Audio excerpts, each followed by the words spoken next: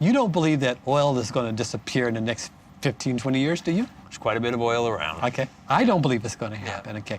So what we're looking at is whether we're going to have a mixed portfolio of transportation fuels.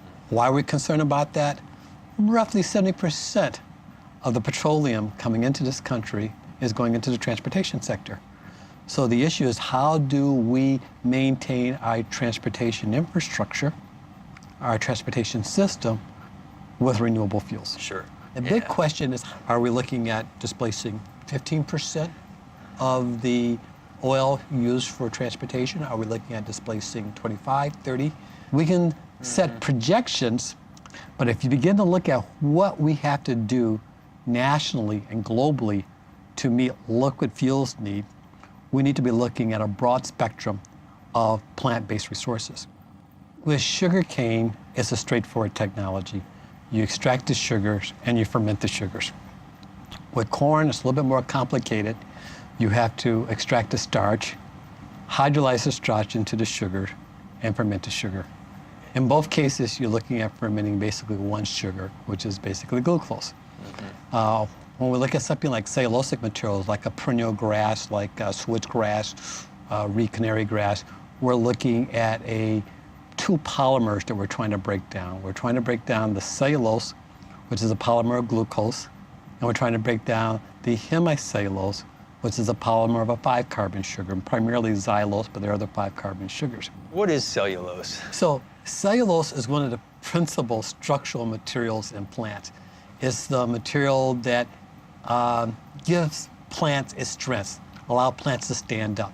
Okay. So plant cell wall is composed of about 35–40% cellulose, about 30–35% hemicellulose, and another polymer, mixed polymer, called lignin. Okay. So these are the building blocks of plant materials. Okay. They'll allow grasses to grow up nice, tall, and straight, okay? It gives it structure. If it gives structure, it gives recalcitrant. It's not easy to break down. Right. But when I look at a field of grasses or trees, I think, wow, we've got 70% sugar in this biomass that we have there. The challenge, though, is how do you liberate those sugars in a very cost-effective way? I'm trying to produce a fuel to go in the cars for something around $1.50 to $2 per gallon. We've got to learn how to do the conversion more effectively. We've got to learn how to move the materials very effectively.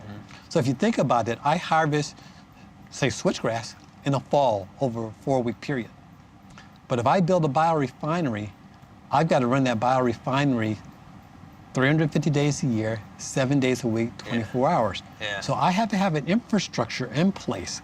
I have to have business plans in place to make sure I can deliver this material 350 days a year to a biorefinery to do the conversion. So you get the logistical side of that. One of our beliefs is that research and development can help us address some of the challenges to producing biofuels from lignocellulosic material. There's a big debate on the sustainability of different crops for biofuels. Usually the cellulosic materials that we're looking at require less nitrogen fertilizer. Nitrogen is a major source of natural gas usage because you use natural gas to produce nitrogen fertilizer. So that's one aspect. You begin to look at water usage for some of these grasses versus a crop like corn. So there are a number of factors that we play off when we look at these feedstocks. Why don't I just have a bunch of sugar cane up here in New York? Well, we don't have the right climate for sugar cane or a sweet sorghum. But again, we grow trees quite well here in the Northeast. We grow cellulosic grasses very well in the Northeast. So again, you're looking at regional ecosystem. Many of these grasses that we're looking at, like switchgrass, just keep in mind, switchgrass is just one of a number of perennial grasses that we can grow in agriculture across the country. And so why not look at different possibilities? And why shouldn't regions look at feedstock that they can develop within their ecosystem? Absolutely. And so we're a very big believer that there's a regional dimension to biofuels, bioenergy production. You bet. You grow kind of what you have, where you have it. And that's right, exactly. And then you begin to adapt the logistical system, and that's the system for moving the material from the field into the conversion system based on regional structure, topology of the land, the infrastructure you have for transportation. You begin to tap into the science and technology that we have within specific regions. You take a state like New York. In the years that I've been here in New York, which is about 30 years, we've seen a lot of land come out of agricultural production. Somewhere in the neighborhood of 1.5 to 2 million acres of land that's come out of production. Can we... And why has that happened? Because changes in the dairy industry, competition, global competition. Okay. Remember, we're now shipping apples and apple concentrate from China to the U.S. To the U.S. Okay. We're shipping dairy products across the country. So when we look at agriculture in the U.S., it's a very competitive market. It's responding to markets just like other industries. And so we've lost this land from productive activities here.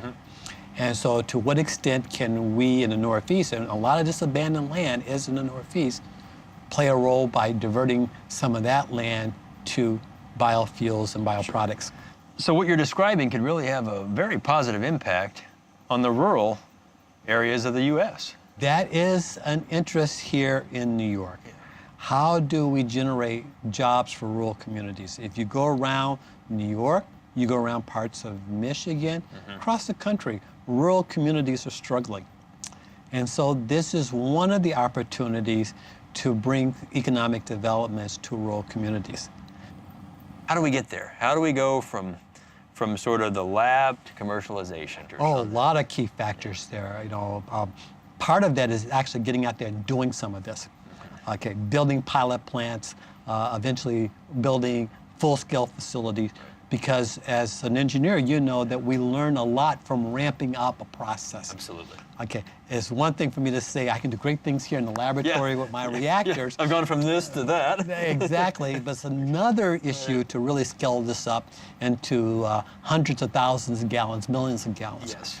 And there is a learning curve for actually doing, whether we're talking about the conversion work or whether we're talking about the feedstocks. Okay. So how do we get on that curve? Policy. What kind of enlightened policy are we going to have in place to help encourage or discourage options? Okay. Policy is going to play a major role. We've got a big debate going on in Washington about indirect land use and how that's going to play out in biofuels. Okay. So it's not just research and development, markets. Okay. When we were looking at oil at $150, $160 per barrel, a lot of interest in renewables, okay? What has happened this year? You bet. Okay, you go back 30 years. 30 years ago, we did not have, we had the same situation. We had high prices for a while. Different driver. Different drivers. Prices were up. Prices were up, and then what happens when the prices drop? People forget. We lost the national will to stay with our energy plan. A little bit different there from today. Today, the demand is pulling so hard globally that it's tough for me to envision. I was learning how to drive back then, but it's tough for me to envision that demand going away for energy. Well, again, if we go back 30 years ago, and this is in our history, China was not a major player on the energy front. India was not on the radar. If you think about that, climate change was not on the radar 30 years ago as it is today. So we have these global drivers that are pushing us down a path, okay, that we have to sit back and say, how are we going to manage our energy future, and how are we going to manage it in a sustainable and economically viable way? We need to be looking at a broad spectrum of plant-based resources. I would like to think that we're going to see a diversified set of feedstock coming to the table. So it's not going to be about just corn stover. It's not going to be just about switchgrass. It's going to be a diversified portfolio. You're going to have materials like woody material coming into the picture. You're going to have energy sorghum. People may be discovering other cellulosic materials. So diversified feedstock. Integrated technology. We tend to look for magic bullets. One technology that's going to solve all of our problems. In reality, I see these systems that are evolving are going to be a bit hybrid system. We're going to have biotechnology integrated with thermochemical to make the products. Okay, so we're going to be doing some mixing and matching with that. I believe that with cellulosic, it's going to be much more distributed. And part of that is that you start looking at things like grasses. They're not very dense. And so you've got this issue of how do you move this material to the refinery. So you don't use too much energy in That's the right. transportation And component. there's this density transportation cost factor that you have to keep in mind as we move forward. So I tend to think in terms of smaller scale, more distributed system that are going to be integrated within the structure of rural life. And in many ways, then it becomes distributed energy, much like solar or wind, in places that large-scale industrial facilities may not make sense. That's right. And the other part of the equation with the distributed, some of the same factors play in. A smart grid helps you on distributed biofuel production because you're going to probably have combined heat and power at your biorefinery, and your ability to manage electrical loads is going to be an important part of that as well. But again, it's looking at the system, okay? And the other reason I'm very excited about biofuels and some of the other renewables is research and development. Sure. Okay, if you look, this country has done an excellent job of driving that science and technology engine, okay? We need to continue to do that. We need to ramp that up, and that's going to help us. It's not going to completely resolve the problem, but it's going to help us address some of the barriers to all the renewables, and it's going to help us think through what possibilities we can have. So I frequently tell my students when I'm lecturing, engineers are God's gift to mankind, and they all chuckle at that. Like I am. Like you are, Yeah. okay. But then I remind them, it's not always the best technology that makes it. It's a question of how does it fit into the social, cultural, political, economic realms, okay?